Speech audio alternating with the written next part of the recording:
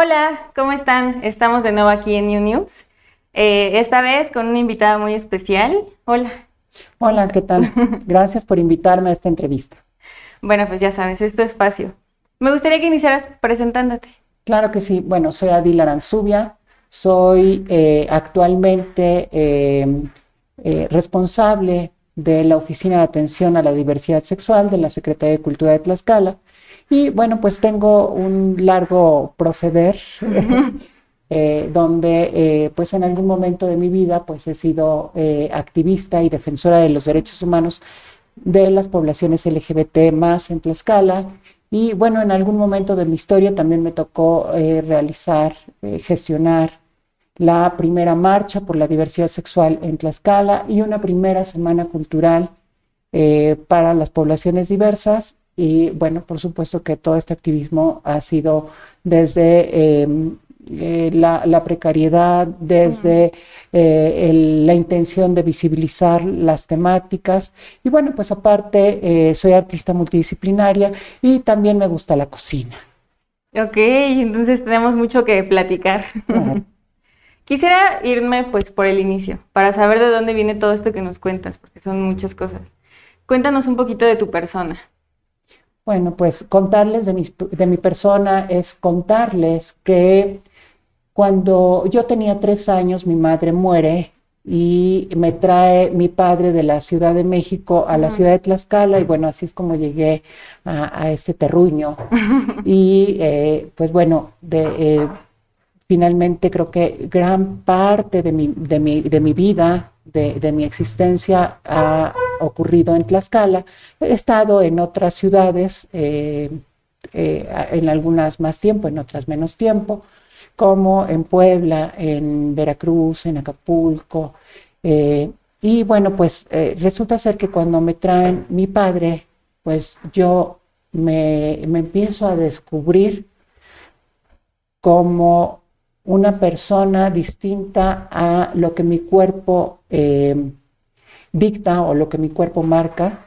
Y entonces yo descubro que, pues bueno, si bien tengo un cuerpo de niño, en realidad me siento una niña y actúo y acciono e interactúo como una niña. ¿Y como cuántos años tenías Pues cuando tenía yo empezó esto? 3 años. 3 años. Sí, de hecho, yo comúnmente cuento que mi familia pues está dividida en los españoles y los mestizos. Mi familia materna, además, bueno, son descendientes de españoles Ujú. y que además pues tenían creencias evangélicas. Pues del otro lado, la familia paterna, pues son descendientes de personas, bueno, de pueblos originarios y además, pues bueno, tenían una ideología católica y Ujú. entonces pues yo entre rezando y orando me puse detrás de la cabecera de la cama y entonces yo le pedía a Dios en ese entonces, cuando todavía creía en él, Ajá. que se me cayera el pene, porque yo quería ser una niña, ¿no? Y tenía que ser una niña de verdad, fuera Como como fuera. fuera y tuviera que hacer lo que tuviera que hacer. Y entonces recuerdo que me daba mucha pena que mi familia se enterara de esto porque yo pensaba que me iban a dejar de creer. Ujú. Y entonces, pues bueno, fue un secreto durante muchos años. Y mira, justamente es hasta el 2013 que inicio una transición de género e inicio también un proceso hormonal Ujú. para hacer también cambios fisonómicos. Claro. ¿Y cómo lo tomó tu familia cuando lo comunicaste? Pues mira, yo quiero pensar que de alguna manera, pues las familias son inteligentes, Ujú. identifican qué ocurre con cada integrante de la familia, a menos Ujú. de que realmente seamos tan indiferentes y tan apáticas con nuestros integrantes de la familia. Eh,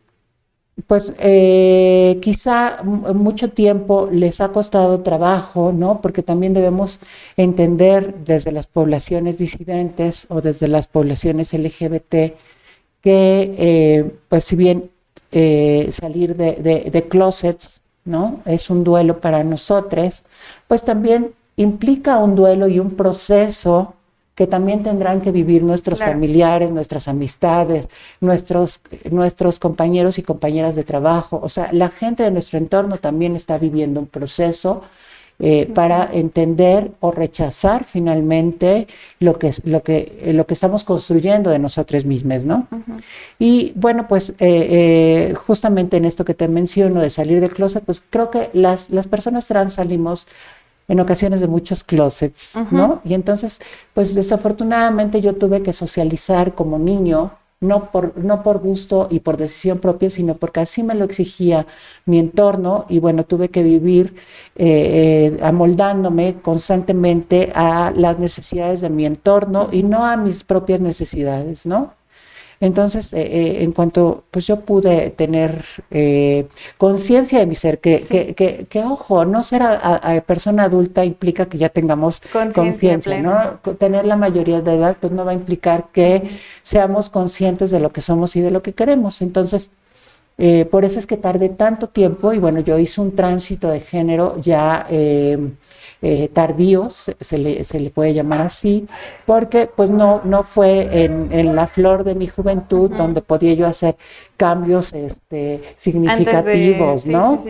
Por ejemplo, evitar la aparición de vello facial, evitar cambios físicos, ¿no? Que pues me dieran o me aportaran una apariencia masculina, ¿no? Pude haberlos evitado si hubiera yo empezado en una edad más temprana, pero bueno, creo que dicen por ahí que las cosas ocurren a su tiempo, y bueno, pues quizá era el momento en el que yo ya tenía la capacidad para defender lo que yo era, para acuerparme a mí misma, ¿no? Quisiera, solamente como para dejarlo en claro y para que sea como más informativo, saber cuál es la diferencia entre la identidad de género y la identidad sexual. Pues, querida, bueno, la identidad, bueno, a ver, veamos, la identidad tiene que ver con qué o cómo nos estamos identificando, ¿no? Y es un proceso íntimo. El sexo es muy específico y tiene que ver con la biología, ¿sí? Y bueno, pues va en un proceso de cromosomas, va en un proceso de hormonas, va en un proceso de lo que somos corporalmente, ¿no?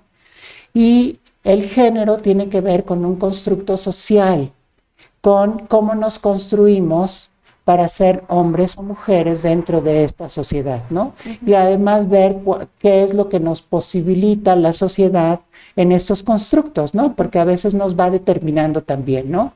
Y por ejemplo, cuando nacemos, los médicos, el personal de salud, cuando nos reciben dicen, fue un niño porque tiene pilín, Sí, fue una niña, ¿no? Porque tiene vulva. Pero, pues bueno, esto pues no implica que realmente represente el género de la persona. La persona cuando tenga conciencia de sí, pues decidirá qué género le corresponde, ¿no? Puede ser que corresponda a un género masculino, puede ser que corresponda a un género femenino, o puede ser que no corresponda a ninguno y sea una persona no binaria, ¿no? Y bueno, pues también tenemos identidades queer, también tenemos personas andróginas, ¿no? Y dentro de toda la presentación que hiciste al inicio, comentabas que participaste organizando la primer marcha en el estado de Tlaxcala. Cuéntanos qué pasó en 2004. Este fue en 2004 y bueno, a mí me preocupaba mucho que, fíjate, yo desde siempre supe que en algún momento de mi vida yo iba a hacer este salto cuántico, esta transición, y no siempre me iba yo a quedar en mi zona de confort y en la comodidad de mis privilegios y de mis beneficios que por supuesto tenemos como cuando estamos ubicados en un rol de macho cisgénero, ¿sí? Y pues a mí me preocupaba mucho que en algún momento yo iba a transitar en el género, ¿sí? Y que pues me pudieran golpear, me pudieran matar, me siguieran discriminando, porque además, pues bueno, yo soy una persona sobreviviente de discriminación y violencias, ¿no? O sea, yo desde que tengo uso de razón, desde que entré al sistema de la primaria, la secundaria, bueno, el sistema educativo, pues yo he vivido de manera consecutiva, de manera además constante, pues las violencias y lo que ahora se llama bullying, que en mi infancia pues no existía el bullying, ¿no? Y entonces siempre recibí palabras que si bien yo desconocía su significado, pues sí me lastimaban y herían mi integridad, ¿no? Y entonces, pues bueno, estas palabras está de más que yo las diga ya, porque ya todas y todos las conocemos, que además son palabras que pretenden ofendernos, denostarnos y transgredir nuestra integridad, ¿no? Y bueno, esto me lleva a la duda. Las personas que nos identificamos con el género que entiendo que nos es asignado, como por el constructo y todo lo que comentabas, pues nos es fácil, fácil entre comillas, porque es un espectro muy amplio, tal vez desarrollarnos socialmente, descubrirnos y avanzar como en el camino estructurado, ingresar al sistema de salud, ingresar al trabajo, ingresar a todos estos sistemas que están creados alrededor de las personas cisgénero heteronormadas. ¿Cómo es para una mujer trans navegar en este sistema? Sí, mira, yo creo que es momento también de visibilizar a los hombres trans, ¿no? Porque de repente hablamos de personas trans y hacemos como en la antigüedad, ¿no? En la antigüedad me refiero a hace unos años, ¿no? Hace unas décadas.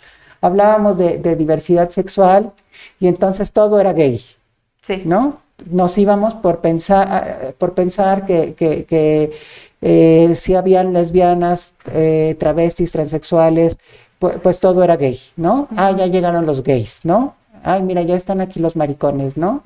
Pero no pensábamos que era una amplia diversidad, que era un espectro, ¿no? Y entonces actualmente nos ocurre un poco lo mismo porque las mujeres trans somos tan visibles que hemos invisibilizado el tema de los hombres trans, ¿no? Entonces será importante que los hombres trans se empiecen a visibilizar, empiecen a tener su lucha, empiecen a resistir mano a mano con nosotras, ¿no? Porque de esa manera vamos a conseguir políticas públicas, ¿no? Tanto para ellos como para nosotras.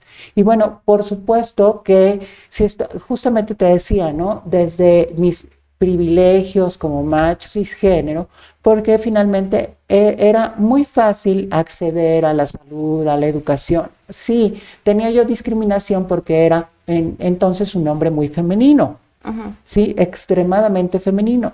Y entonces recordemos que todo aquello que sale de lo hegemónico y que no sea un macho cisgénero, heterosexual, fuerte, trabajador, barbón, empresario, blanco, ¿no? Pues por supuesto que va a saltarnos, ¿no?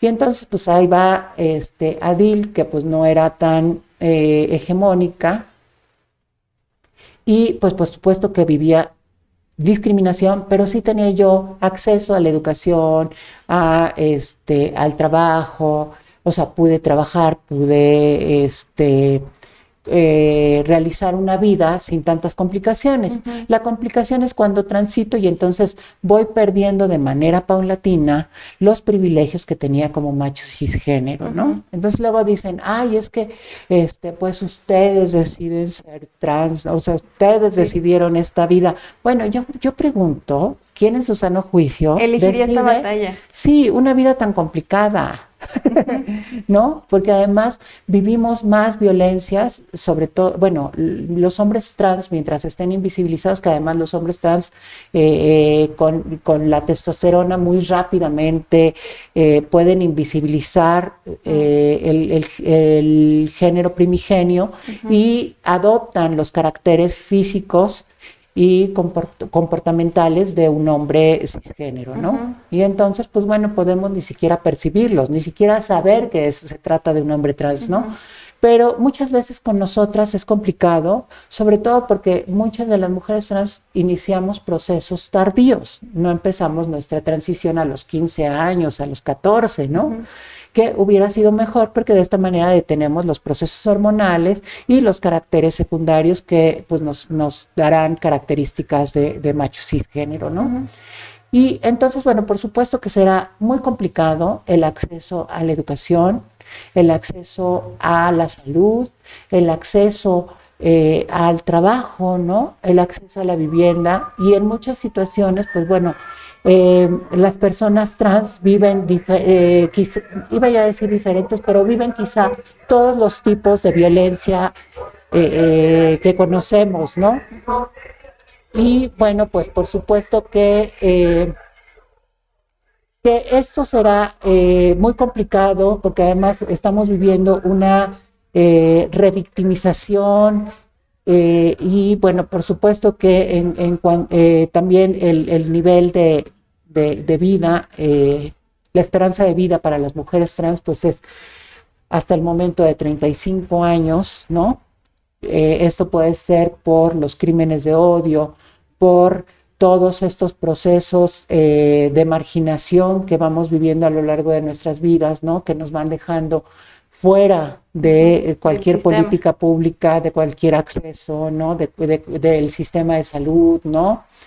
Y pues bueno, que podemos incluso morir por prácticas médicas mal realizadas, ¿no? Como puede ser el caso de los infiltrados o el caso de cirugías mal llevadas, ¿no? Qué difícil, qué complicado y qué amplio es lo que se tiene que trabajar, ¿no? Claro, además de pensar que constantemente vamos a estar siendo estigmatizadas, ¿no? Entonces, hasta hace unos años, pues es que las personas trans teníamos los llamados empleos estigma, ¿no? Donde o te dedicabas al trabajo sexual, o te dedicabas al estilismo, o te dedicabas al espectáculo, ¿no? Sí, Pero ¿qué pasaba si no se te daba el trabajo sexual? ¿Qué pasaba si no se te daba el estilismo? ¿Qué pasaba si no se te daba el show?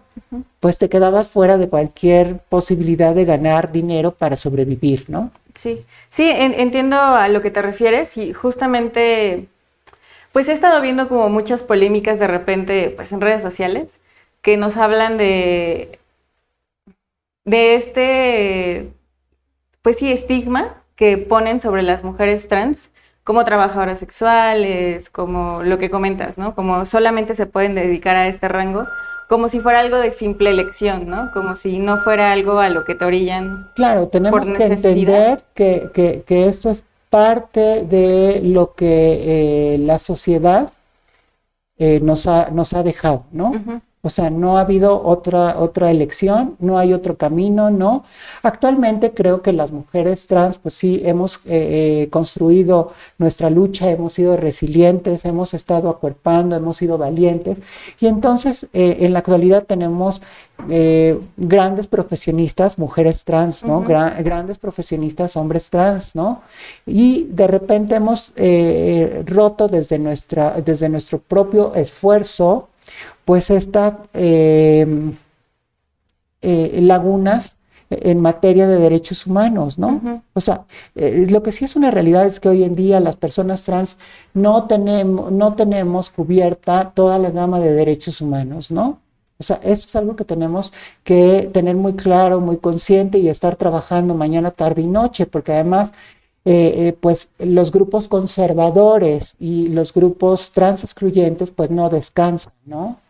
Entonces sí tenemos que estar muy pendientes además de estos discursos, de generar narrativas alternas, de generar contranarrativas, de ir derribando estos discursos de odio que se han generado hacia nosotras y hacia nosotros por nuestra condición de vulnerabilidad, ¿no?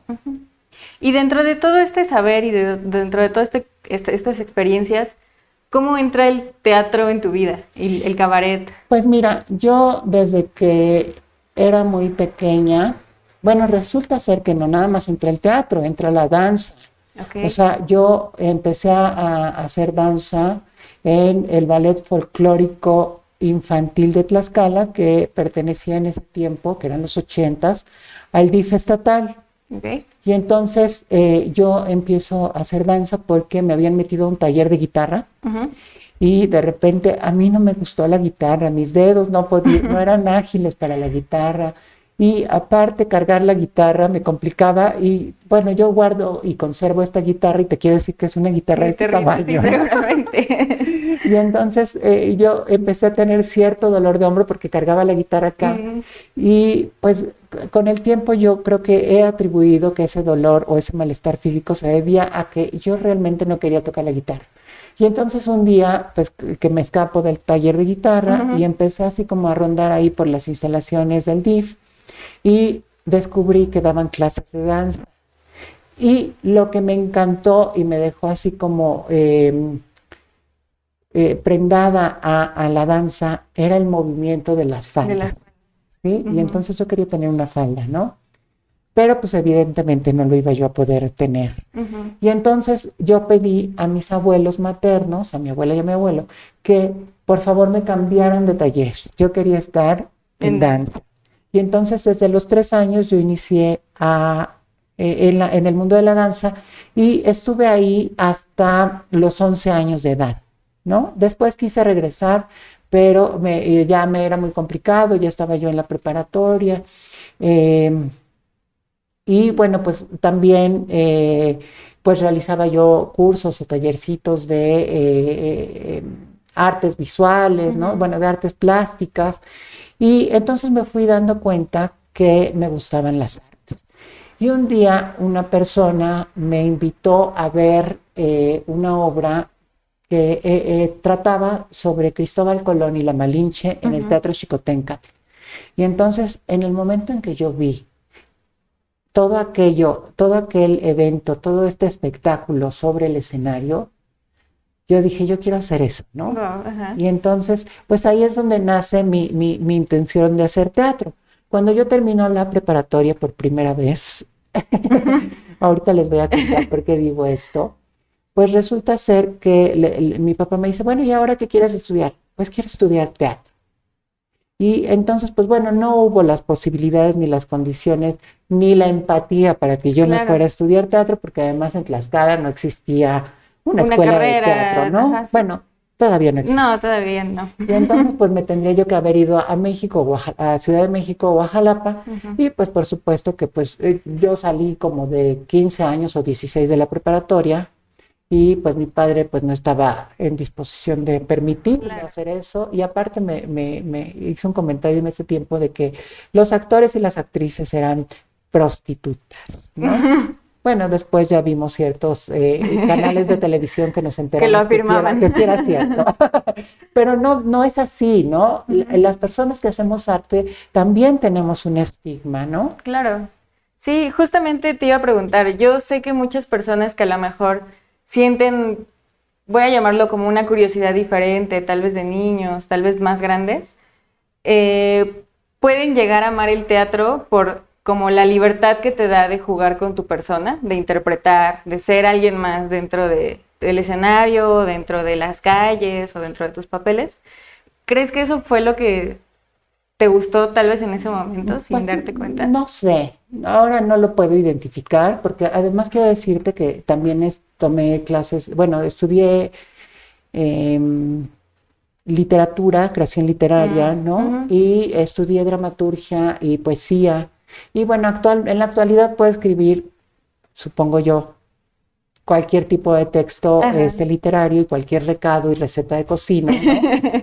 Entonces, pues mira, yo creo que también tenía que ver con que yo llevé procesos de mucha soledad en mi vida y que las artes venían como a mitigar estos vacíos de la familia, estos vacíos de afecto, pero también me generaban mucho placer, ¿sí? Y entonces, bueno, hasta la fecha, pues bueno, no hace mucho fue que empecé a tomar clases de teatro de cabaret con grandes maestros, ¿no?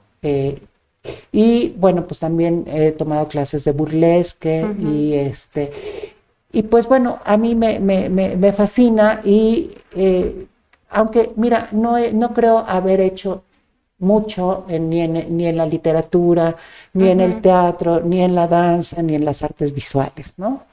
Y entonces me he dado cuenta que quizá mi camino está dentro de la gestión cultural, ¿no? O sea, creo que puedo hacer más cosas porque de repente me complica un poco como estar mostrando lo que hago o de repente compaginar en los el dos teatro mundos. tengo un problema con mi memoria. Puedo memorizar muchas cosas y de repente mis libretos no los memorizo, ¿no?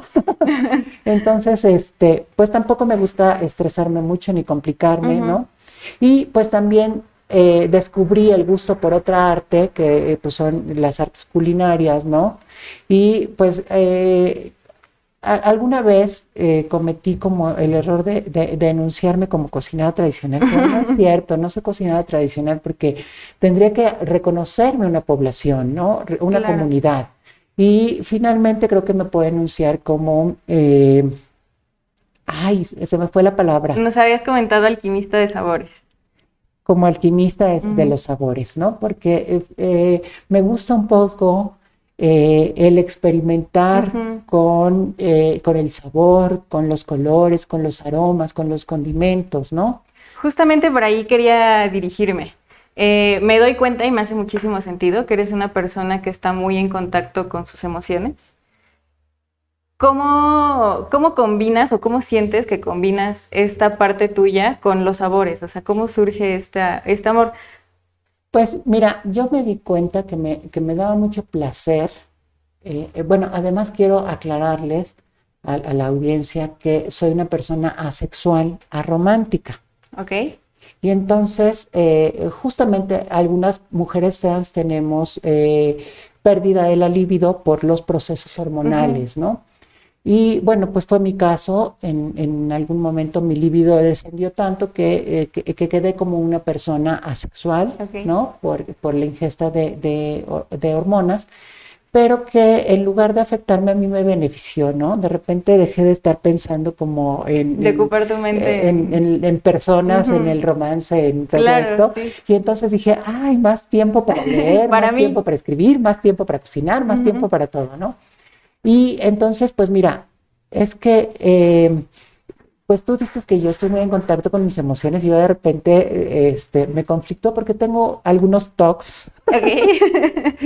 He dejado de regresarme a revisar varias veces Mm, la puerta de la casa para ver si cerré, sí, entiendo, entiendo, entiendo. pero, pero sí creo que me falta todavía trabajar mis emociones. Quizá ahora soy una persona más contenta, más agradecida, más colocada en mí, Ujú. ¿no? Porque ahora me reviso y digo, bueno, estoy muy a gusto conmigo, ¿no? O Sí, sea, me gusta cómo estoy, me gusta cómo me siento, me gusta con quién estoy. Por ejemplo, me han invitado aquí y estoy muy a gusto, ¿no? Y ujú, muy qué bueno. tranquila y muy relajada, ¿no? Cuando quizá antes podía yo sentir ciertas incomodidades, Ujú, podía yo sentirme apenada, podía yo pensar que me podían violentar, ¿no? ujú. Y pues llega un momento donde quizá, pues llámalo madurez o llámalo El tiempo, vejez, ¿no? el conocimiento. Pero como que aprendes a sobrellevar un poco estas vicisitudes de la vida, ¿no? Ujú, sí. Eh, Perdón, es que me quería preguntarte, interrumpirte varias veces, pero quiero dirigir la entrevista para lo que es. Entonces, actualmente cuéntanos qué estás haciendo, a qué te estás dedicando. Pues actualmente, como un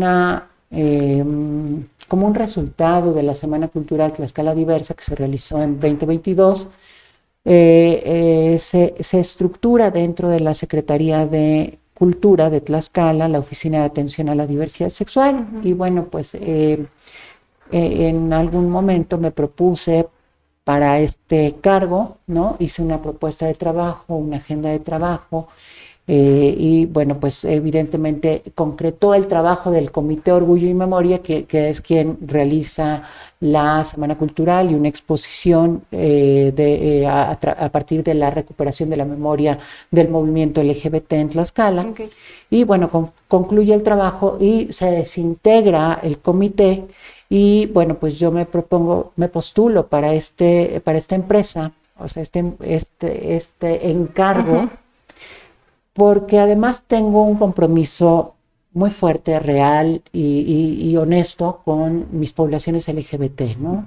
Entonces, yo creo que en cada uno de nosotros está el allanar un poco el terreno para que a nuestras siguientes generaciones, pues la vida les sea un poco más fácil, Claro. ¿no? Estos procesos de discriminación, de salidas del closet, de transiciones en soledad, pues vayan reduciendo, ¿no? Y hagamos tránsitos y salidas de closet, bueno, que además ni siquiera tendríamos que estar saliendo salir del de ningún closet, lado. ¿no? O sea, que nuestros procesos desde la diversidad estén acompañados, estén acuerpados por las comunidades, o sea, que estemos en comunidad. Y justamente, pues, uno de los objetivos de esta oficina, pues, será el generar comunidad entre las personas, ¿no? O sea, es evidente que las poblaciones LGBT no somos comunidad porque tenemos situaciones muy diferentes, necesidades totalmente distintas, pero sí podemos tener como puntos de encuentro, ¿no? Momentos en los que tenemos que generar alianza, tener una convergencia, ¿no? Y bueno, finalmente encontrarnos desde una cultura de paz, desde, desde una estructura no violenta, ¿no? ¿Y cómo visualizas actualmente a la comunidad LGBT en Tlaxcala?